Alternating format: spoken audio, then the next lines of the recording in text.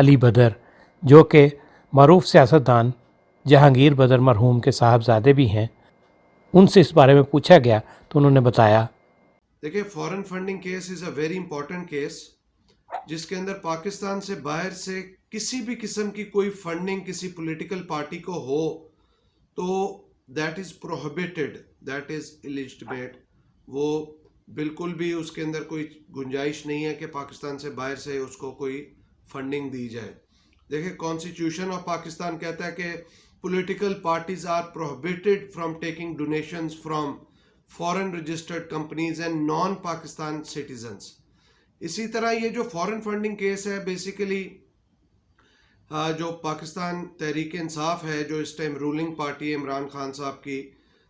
انہوں نے کیا کیا کہ انہوں نے کچھ اکاؤنٹس باہر بنائے جب وہ اسٹرگل فیز سے گزر رہے تھے اور ان کا ایک بوم چل رہا تھا، ان کو پتہ چل رہا تھا کہ ہماری ایک گروتھ ہو رہی ہے، ان کو پاکستان سے باہر سے کافی لوگوں کی سپورٹ تھی، تو انہوں نے امریکہ میں جا کے کمپنیاں بنائیں، انہوں نے انگلینڈ میں بنائیں، آسٹریلیا میں بنائیں، مڈل ایسٹ سے اور ساری دنیا کے اندر جہاں جہاں پاکستانی اور نان پاکستانی اور جہاں پہ ان کے عمران خان کے اپنا ذاتی تعلقات تھے یا کوئی سورس ایسا تھا جہاں سے ان کو فنڈ مل سکتا تھا، تو انہوں نے ان ملکوں میں جا کے پی ٹی آئی یا مختلف ناموں سے کمپنیاں رجسٹر کرائیں اور اکاؤنٹ کھولے، پھر وہاں کے لوکل لوگوں سے جو کہ نان پاکستانی تھے، ملٹی نیشنل تھی، کمپنیز تھیں، ان سے فنڈ لیا. اس حوالے سے میں تھوڑا سا آپ کو قانونی اس کے بارے میں بریف کرتا چلوں کہ جو پاکستان الیکشن لاز ہے نا اس کا والیوم 1 وہ سٹیٹ کرتا ہے اپنے کنٹیکسٹ کے اندر the contribution made by the members or supporters of any party shall be duly recorded by the political parties. Any contribution made directly or indirectly by any foreign government, multinational or domestically incorporated public or private company, firm, trade or professional association shall be prohibited,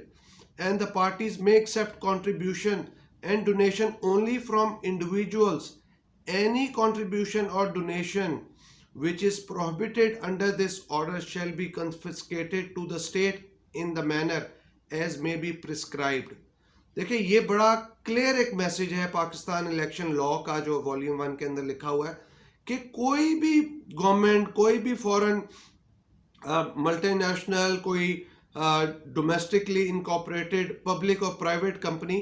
کوئی naan Pakistani individual, naan citizen of Pakistan آپ کو fund نہیں دے سکتا. لیکن خان صاحب نے سے اس time پہ چونکہ تجربہ کاری نہیں تھی اور ان کو پتہ نہیں تھا، ان کو خیال تھا کہ شاید جس طرح امریکہ کے اندر الیکشن کے اندر اور پولیٹیکل پارٹیز کو فنڈنگ ہوتی ہے، انہوں نے اسی چیز کو ذہن میں رکھا اور انہوں نے سمجھا کہ شاید اس کے اندر اگر مجھے باہر سے فنڈنگ کر دی جائے، لوگ فنڈ کریں، کمپنیاں فنڈ کریں، مختلف سورس فنڈ کریں تو کسی کو کوئی اعتراض نہیں ہوگا. تو ان سے یہ غلطی ہو گئی، تو انہوں نے وہ فنڈنگ لی، وہ وہاں پہ اکاؤنٹ کھولے، لوگوں نے ان اکاؤنٹس میں پیسے ڈالے اور انہوں نے اس کے بعد اس کو پاکستان لائے. لیکن اس کو انہوں نے ڈکلیئر نہیں کیا. یہ ان سے مزید ایک غلطی ہوئی. ایک تو انہوں نے نان پاکستانی لوگوں سے لیا جو لوگ پروہیبٹڈ تھے، جو companies multi national individuals prohibited تھے، نہیں دے سکتے تھے، اور ان سے لینے کے بعد انہوں نے پھر ان اکاؤنٹ سے پاکستان کے اندر وہ پیسے ٹرانسفر کیے، وہ بھی کچھ ہونڈی کے تھرو کیے، کچھ اور ڈیفرنٹ سورسز کے تھرو کیے، لیکن وہ اکاؤنٹس کو انہوں نے ڈکلیئر نہیں کیا. جو سیکشن 30 ہے نا pertaining to the information about the sources of a party's fund، وہ کیا کہتا ہے؟ وہ کہتا ہے every political party shall in such manner and in such form as may be prescribed or specified by the Chief Election Commissioner submit to the Election Commission within 60 days from the close of each financial year a consolidated statement of accounts of the party audited by a chartered accountant containing A, annual income and expenses, B, sources of its funds, and C, assets and liabilities and etc. Basically کیا ہوا کہ یہ جو information تھی regarding the source of party funds, یہ وہ پیسے تو لے آئے، لیکن اس کے بعد کیا ہوا جب الیکشن کمیشن کو سبمٹ کرنا پڑا تو انہوں نے جو انڈکلیئرڈ ان آڈیٹڈ اکاؤنٹس تھے ان کو ڈکلیئر نہیں کیا. بیسیکلی دیکھیں جی یہ بڑا ایک سیریس نوعیت کا کیس ہے, اور اکبر ایس بابر صاحب جیسے, میں ذاتی طور پہ تو نہیں ان کو جانتا, بٹ جو میں نے ڈفرینٹ سورسز سے سمجھا کہ وہ پارٹی کے ایک اندرونی اور اہم رکن تھے اور بانی رکن تھے, اور ان کو اس ساری اللیگیلٹی کا پتہ تھا. تو اس کی وجہ سے انہوں نے اس چیز کو ہائی لائٹ بھی کیا, پارٹی لیڈرشپ کو, عمران خان صاحب کو بھی, باقی لوگوں کو بھی. لیکن اس کے بعد خان صاحب نے ان سے اختلاف رائے رکھا, ان کو کہا کہ یار نہ کرو, کیونکہ اس کے another party funds different businesses میں بھی میرا خیال سے یوز ہوتے رہے, جو انہوں نے ایک ون آف دا ایلیگیشن انہوں نے لگایا. اور اس کے اندر پھر وہ ایک کہاوت ہے کہ گھر کا بیدی لنکا ڈائے. تو جب بابر صاحب کو اتنی زیادہ انفارمیشن تھی اور ان کو اکاؤنٹس کا بھی پتہ تھا, چیزوں کا بھی پتہ تھا, اور انہوں نے وہ سارے اکاؤنٹ, ساری انفارمیشن لے کے الیکشن کمیشن میں جمع کرائی, اور اس کا کوئی ڈینائل آ نہیں سکتا تھا, اور نہ ابھی تک آیا ہے. اور اس کے اندر اب تک 5 ریٹ ہو چکی ہیں اسلام آباد ہائی کورٹ میں کہ اس کو ڈیلے کیا جائے. اور بیسک تو یہی ہوتا ہے کہ جب آپ پاور میں ہو تو آپ مائٹ از رائٹ والی پوزیشن آ جاتی ہے, but some times Mian Nawaz Sharif صاحب کی اور پاکستان کے اندر بہت ساری متعدد ایسی مثالیں ہیں جو کہ پاور میں بیٹھے ہوئے تھے اور فیصلہ کرنے والی قوتوں نے ان کو پاور سے باہر نکال دیا. تو عمران خان صاحب کے اوپر یہ ایک ٹائم بام ہے, ایک ہوا میں لٹکی ہوئی تلوار ہے, جو کسی بھی دورائی تلوار ہے, کسی بھی طرف سے چل سکتی ہے. تو ان کو اس چیز کو سیریسلی لینا چاہیے تھا, اس کو ایڈریس کرنا چاہیے تھا, لیکن ان کے پاس کوئی اس کی ریمیڈی ہے نہیں, کوئی اس کا حل تھا نہیں. تو انہوں نے اس کو ڈیلے کیا, اور 2014 آنورڈز اب تک اس کو ڈیلینگ ٹیکٹکس یوز کر کے یوز کر رہے ہیں. دیکھیں نا 5 ریٹیں ہوئی کہ الیکشن کمیشن اس چیز کی جیورسڈکشن ہی نہیں رکھتی کہ وہ یہ فیصلہ سن سکے. اگر الیکشن کمیشن آف پاکستان اس چیز کو نہیں سن سکتی تو کون سا فورم سن سکتا ہے؟ تو یہ بڑا ایک انٹرسٹنگ ریٹس ہیں جس کو سب نے, الیکشن کمیشن نے بھی ڈینائی کیا, اور اسلام آباد ہائی کورٹ نے ڈینائی کیا, اور اب الیکشن کمیشن اس کو سننے جا رہا ہے. اچھا, ملکی سیاست میں اس کے کیا اثرات ہوں گے اگر عمران خان کے خلاف اس کا فیصلہ الیکشن کمیشن دے دیتا ہے تو؟ دیکھیں دس ول بی ویری انٹرسٹنگ, کیونکہ آج تک ایسا کبھی ہوا نہیں, کیونکہ اور کسی پولیٹیکل پارٹی کے خلاف ایسا کیس آیا نہیں. یہ واحد نوعیت کا کیس ہے جو کہ حکمران پارٹی پاکستان تحریک انصاف پہ آیا. اور اس کے میں اگر تو دیکھیں, اگر جیسا کہ آپ نے کہا کہ اگر پی ٹی آئی کے خلاف, حکمران جماعت کے خلاف فیصلہ آتا ہے تو ایک تو یہ پارٹی بین ہو جائے گی, اس کے ایسٹس اور سارے فنڈز حکم سرکار ضبط کیے جائیں گے, گورنمنٹ اس کو ضبط کر لے گی. اور یہ کہ پھر ان کے جو ایم این ایز اور ایم پی ایز اور جتنے لوگوں نے پارٹی سے الیکشن لڑا ہوا ہے, تو چونکہ پارٹی ہی نااہل ہو جائے گی اور وہ جماعت ہی بین ہو جائے گی, تو اس کے سارے ممبرز کو بھی پھر ان کو ڈسکوالیفائی کرنا پڑے گا. اس کے اندر چونکہ ایسا کوئی پریسیڈنٹ ہے نہیں, تو لہٰذا this will be a very interesting case of this time. Pakistan کی ہسٹری میں یہ پہلا ایسا کیس ہوگا کہ اس کے اندر کیا election commission of Pakistan verdict لکھتا ہے, کیا آرڈر لکھتا ہے, کیا ججمنٹ دیتا ہے, اور پھر اس کے خلاف اس کے ایپلیٹ فورم میں جایا جائے گا, دیکھا جائے گا کہ وہاں پہ یہ کیا کیس چلتا ہے. تو یہ بھی کیس چلے گا, اس میں اگر خلاف بھی فیصلہ آ جائے گا تو ایپلیٹ فورم میں جا کے اس کو ڈسکس کیا جائے گا. اور میں نہیں سمجھتا کہ اس کے اندر کوئی پازیٹیو یا کوئی خوش آئند یا کوئی اچھی چیز, اچھی نوید ہو پاکستان تحریک انصاف یا حکمران پارٹی کے لیے. It's a bad news for them. اس طریقے سے عمران خان صاحب نے بھی تسلیم کر لیا کہ ان سے غلطی ہوئی تھی, اور اگر الیکشن کمیشن بھی ان کے خلاف فیصلہ دے دیتا ہے تو قانون کیا کہتا ہے کہ اس کے بعد پاکستان کے جو 2.5 سال ہیں تحریک انصاف کی حکومت کے, وہ کہاں جائیں گے, اس کے فیصلے کہاں جائیں گے؟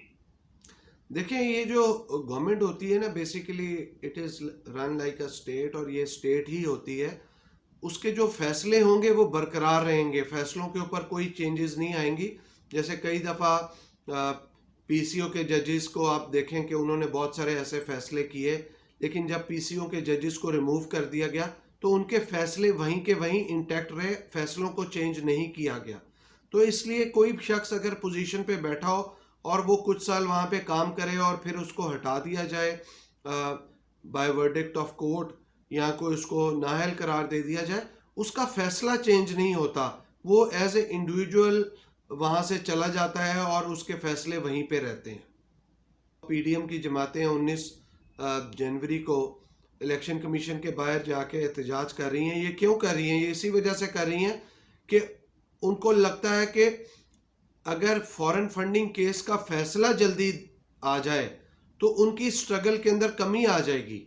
تو وہ جو ایک جدوجہد، ایک محنت کرنی ہے عمران خان کو گھر بھیجنے میں، وہ یہ this is a loophole, this is a shortcut to their struggle, تو وہ اب الیکشن کمیشن کے اوپر فوکس کرنا چاہ رہی ہیں تاکہ وہ جا کے الیکشن کمیشن کے اوپر پریشر ڈالیں اور الیکشن کمیشن اس کا فیصلہ دے۔ جی ابھی آپ نے جیسے کہا کہ پی ڈی ایم والے 19 جنوری کو الیکشن کمیشن کے باہر جا کر پروٹیسٹ کریں گے، لیکن پاکستان پیپلز پارٹی جو کہ پی ڈی ایم کی ایک بڑی جماعت ہے، وہ تو اس پروٹیسٹ میں حصہ نہیں لے رہی۔ نہیں، اس کے اندر اگر آپ دیکھیں تو اس میں chairman Pakistan Peoples Party Bilawal Bhutto صاحب نے کہا ہے کہ میں 19 جنوری کو جو پروٹیسٹ ہوگا اس میں اپنا کردار ادا کروں گا، سو اس کے اندر انہوں نے بالکل ڈینائل نہیں دیا اور انہوں نے بالکل نہ نہیں کی، وہ اپنا رول پلے کریں گے اس کے اندر۔ پی ایم کا یہ شروع سے کہنا ہے کہ عمران خان جو ہے ان کو سلیکٹ کیا گیا ہے اور وہ الیکٹ نہیں ہوئے، جو لوگ جن لوگوں نے ان کو سلیکٹ کیا ہے کیا وہ یہ فیصلہ آنے دیں گے؟ یہ فیصلہ کرنے والی قوتیں اور جو کورٹ ہے اگر کسی کو ٹائم دینا چاہیں تو اس ملک کے اندر کچھ بھی ہو سکتا ہے، تو یہاں پہ کوئی چیز کو رول آؤٹ نہیں کیا جا سکتا، بٹ یہ اب ایک ٹائم ایسا کراس روڈز آ گیا ہے، ایسا چینجنگ ٹائم آ گیا ہے کہ یہاں پہ فیصلہ کرنے والی قوتوں کو بھی دیکھنا پڑے گا کہ غلط کو غلط اور صحیح کو صحیح کہنا پڑے گا۔ اگر یہاں پہ کوئی فورن فنڈنگ ہوئی ہے تو وہ اس کو بہت زیادہ جسٹیفائی نہیں کر سکیں گے، ان کو بھی اپنا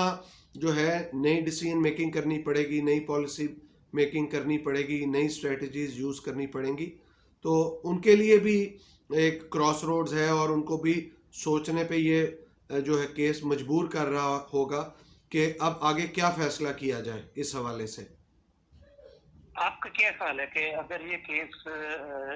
تحریک انصاف ہار جاتی ہے تو آئندہ سیٹ اپ کیا ہوگا؟ کیا پولیٹیکل سیٹ اپ چلے گا یا کوئی اور کوئی سلسلہ چلے گا؟ دیکھیں یہ بڑا انٹرسٹنگ سوال ہے خالد صاحب آپ کا۔ اس کے اندر چونکہ ایک پاکستان تحریک انصاف کی ایک میجورٹی پارٹی جو گورنمنٹ کو رن کر رہی ہے، ان کی کافی زیادہ سیٹس ہیں، اگر وہ سیٹ ساری نلیفائی یا ان کو نااہل قرار دے دیا جاتا ہے تو پھر اس کے ایک ایمرجنسی والی صورتحال ہو جائے گی، کیونکہ جب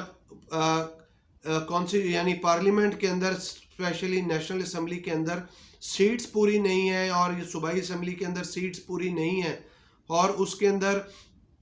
کافی سارے ممبران جو ہیں جو کہ ووٹ کرتے ہیں چیف منسٹر کے لیے، اسپیکر کے لیے، وہ سارے نااہل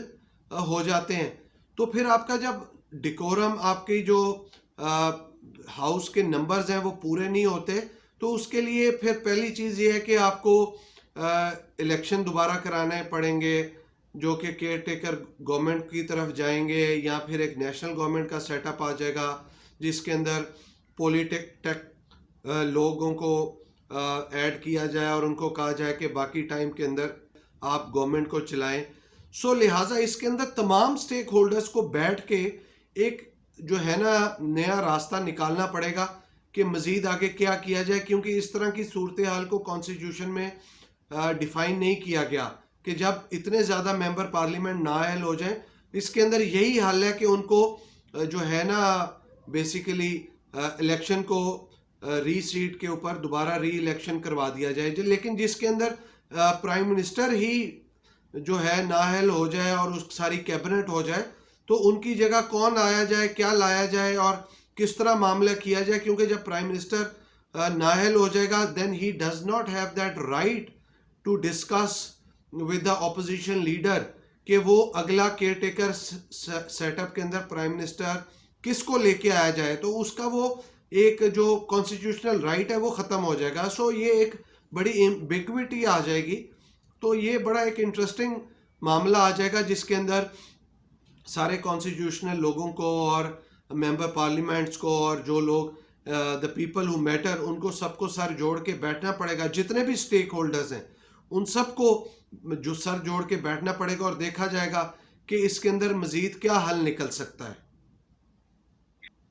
سینٹ کے الیکشن ہونے والے ہیں. اگر یہ کیس کا فیصلہ سینٹ کے الیکشن کے بعد ہوتا ہے اور سینٹ منتخب ہو جاتے ہیں سارے ممبران, تو نااہل ہونے کے بعد سینٹ کی پوزیشن کیا ہوگی؟ ان کے ممبران برقرار رہیں گے؟ دیکھیں جو حکمران پارٹی ہے جیسے پی ٹی اے, اگر اس کو نااہل کر دیا جاتا ہے تو اس کے سینیٹر بھی نااہل ہو جائیں گے. تو جو سینیٹر منتخب ہو جائیں گے صوبائی اسمبلیوں سے یا قومی اسمبلی سے جو کہ دوسری مختلف پارٹیوں کے, وہ تو انٹیکٹ رہیں گے, لیکن جو تحریک انصاف کے سینیٹرز ہیں وہ اگر کامیاب ہو کے آتے ہیں تو ان کو بھی نااہل کر دیا جائے گا. تو لہٰذا یہ میں نے آپ کو کہا نا جیسے پہلے کہ بڑا ایک انٹرسٹنگ ٹائم آ جائے گا, اس کے اندر سر جوڑ کے بیٹھنا پڑے گا کہ کیا کیا جائے. جی علی بدر صاحب, آپ کی باتوں سے اس بات کا اندازہ ہو رہا ہے کہ آنے والا وقت جو ہے وہ سیاسی طور پہ پاکستان کے لیے استحکام کا باعث نہیں بنے گا, بلکہ پاکستان میں عدم استحکام پیدا ہوگا. لیکن عمران خان نے جس طریقے سے پاکستان کو ریاست مدینہ بنانے کا دعویٰ کیا تھا اور کہا تھا کہ احتساب ان کے اپنے سے شروع ہوگا, اب دیکھتے ہیں کہ آنے والے دنوں میں کیا وہ اس وعدے پہ پورا اترتے ہیں یا ملک کو عدم استحکام کی طرف بڑھا دیتے ہیں. خالد محمود خالد, لاہور.